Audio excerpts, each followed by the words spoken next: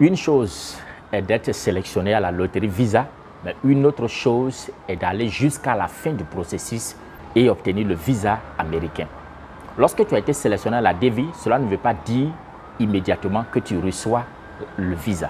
Tu dois remplir toutes les autres conditions. Être tiré au niveau de la DV veut dire qu'on te donne la permission de faire la demande de ce visa. Et donc dans cette vidéo, je vais pour toucher 8 éléments qui sont tellement importants parce que ces 8 éléments sont capables de pouvoir vous annuler le visa.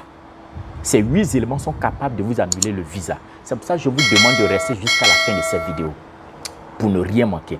Un seul élément, par erreur, peut vous empêcher d'obtenir le visa et de pouvoir donc perdre ce sésame.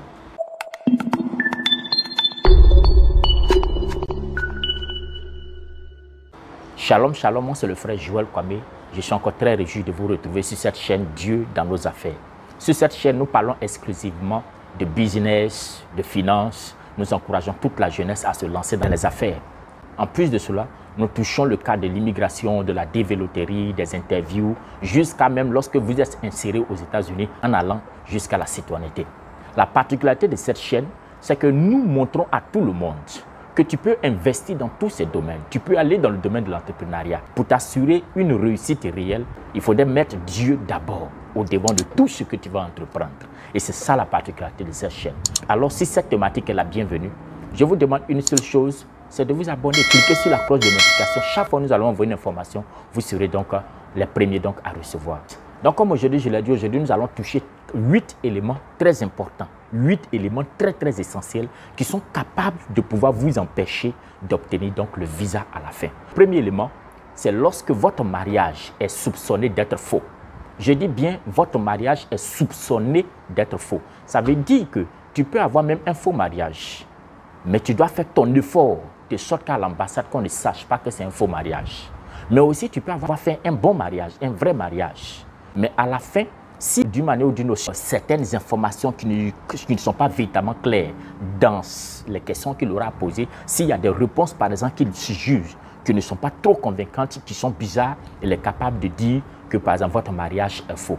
Surtout si ce mariage est très récent. Quand je dis est très récent, c'est-à-dire que ce mariage a été effectué après la sélection. Si ce mariage a été effectué après la sélection, mettez-vous dans l'esprit qu'ils auront un œil regardant sur ce mariage.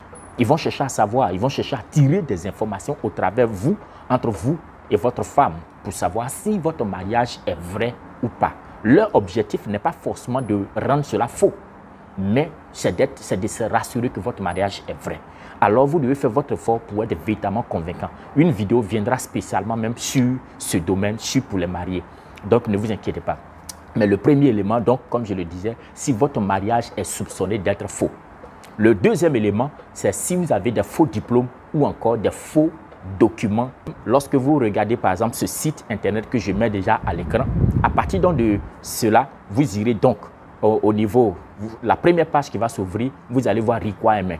Vous cliquez là-dessus, vous partez jusqu'en dessous, précisément au niveau donc de option 2, vous allez voir ici Job. Lorsqu'on parle de Job, vous voyez ce lien-là, les activités qui sont éligibles. Si tu n'avais pas un diplôme, par exemple, qui équivalait donc au bac, alors il va falloir que tu aies au moins 2 ans d'expérience dans cette liste de travail qui est donc qui est sur ce site.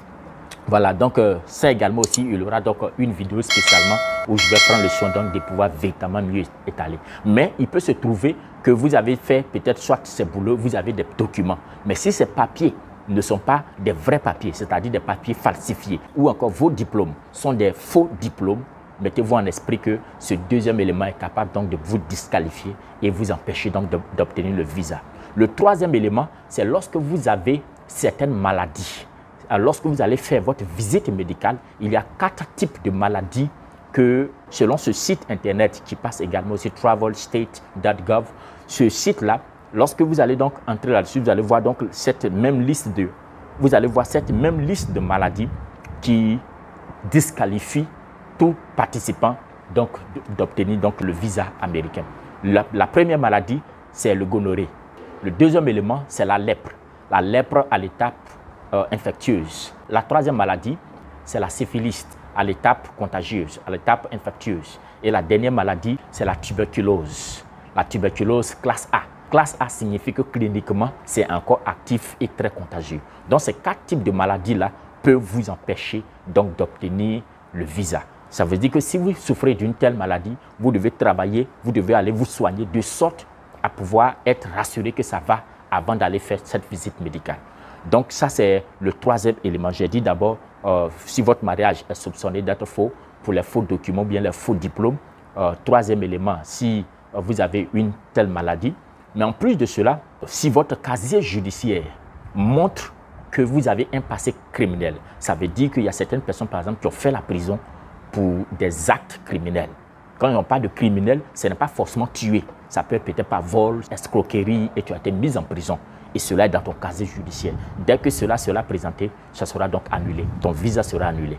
Ça, donc, c'est le 4e élément. Le 5e élément qui est capable également aussi donc de t'empêcher d'obtenir le visa, c'est lorsque tu introduis un enfant qui était déjà né lorsque tu tentais t'inscrire au début, lorsque tu faisais ta première inscription au niveau donc de la DV pour être sélectionné, lorsque tu faisais cette inscription-là, tu n'as pas introduit dedans l'information d'un enfant. Peut-être que même si tu as mis même dedans que non, tu as un enfant, mais tu n'as pas mis les informations d'un enfant. D'autant plus que tu n'as pas mis d'informations d'un enfant alors que cet enfant déjà existait, cet enfant était déjà né. Si, lorsque tu es en train de faire la demande, c'est-à-dire tu es en train de remplir la DS 260, tu introduis l'identité d'un enfant, tu vas aller jusqu'à l'ambassade, tu vas faire tout, tu vas payer ce que tu dois payer, mais à la fin, on ne te donnera pas le visa. Pourquoi est-ce qu'on ne te donnera pas? Parce qu'on dira, mais tiens, comment se fait-il que tu t'en vas pour un pays, tu désires aller dans un pays comme ça, tu es en train de faire ton inscription et tu n'es même pas capable, quelque chose d'aussi important, tu n'es même pas capable d'inclure ton enfant là-dedans.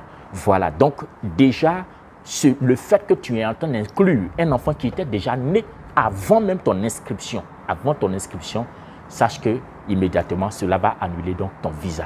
Donc, premièrement, faux mariage, deuxièmement, faux diplôme ou bien faux document, troisièmement, casier judiciaire qui montre que tu as un passé criminel, quatrièmement, tu as une certaine maladie parmi les 4 maladies que je viens de citer, cinquièmement, tu viens d'introduire un enfant qui existait déjà mais que tu n'avais pas mis son identité lors de ton inscription, ça fait déjà 5.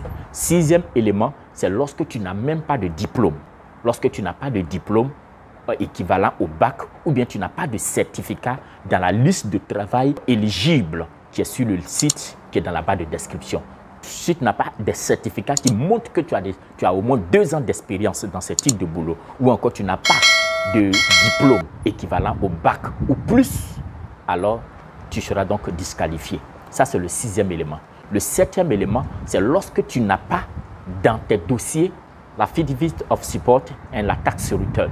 Les deux documents, tu dois venir de ton sponsor. Si tu n'as pas ces 2 documents, tu seras donc annulé. Dernière position, le tout dernier qui est capable également aussi donc de pouvoir annuler ton visa, c'est si ton case number est très élevé. J'explique rapidement. Lorsqu'on parle d'un case number très élevé, vous savez, c'est comme un numéro matricule. Par exemple, la liste de ceux qui doivent passer à l'ambassade doit commencer peut-être de 1 jusqu'à 100. Maintenant, toi, par exemple, ton numéro, c'est le numéro 92. Donc, selon le programme normal, il y aura 100 personnes qui vont passer à l'ambassade. Ça, c'est un exemple que je vous donne. Mais ce que vous devez retenir, les interviews vont commencer en octobre prochain pour prendre fin en septembre de l'année qui suit. Dans cette liste de 100 personnes, si l'ambassade avait déjà décidé de prendre seulement que 50 personnes, donc lorsqu'une personne passe à son interview, si cette interview, par exemple, a marché et autres, ça fait déjà une personne retenue. Donc, il leur reste 49 personnes dans le quota des 99 qui restent. Donc, deuxième personne, troisième personne, ils vont annuler d'autres personnes vont échouer, d'autres personnes vont réussir. À supposer, par exemple, que déjà arrivé à la 60e personne, et eux, ils ont déjà reçu leur quota de 50 personnes qui devraient donc passer à l'ambassade.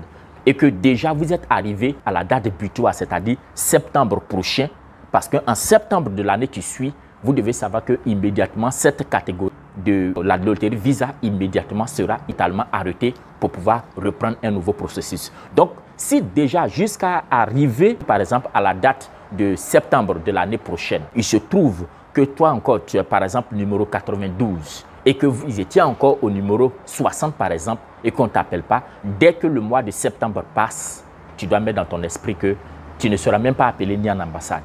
Et si tu n'es pas appelé à l'ambassade, ça veut dire directement que, et qu'on reprend donc un nouveau processus pour ceux qui viennent de gagner, tu dois donc mettre dans l'esprit que ton visa est annulé.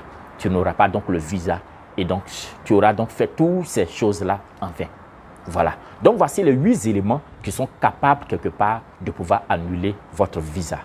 J'espère que ces 8 éléments-là, vous allez donc prendre soin de véritablement travailler là-dessus. Si quelque part tu te rends compte qu'il y a encore d'autres éléments qui sont capables de pouvoir annuler d'autres visas, n'oubliez pas, mettez cela en commentaire, de sorte que cela aussi peut nous permettre de pouvoir être update. Que Dieu nous bénisse. N'oubliez pas de la partager, mais aussi liker. Et puis, une dernière chose, abonnez-vous. Que Dieu nous bénisse. À la prochaine.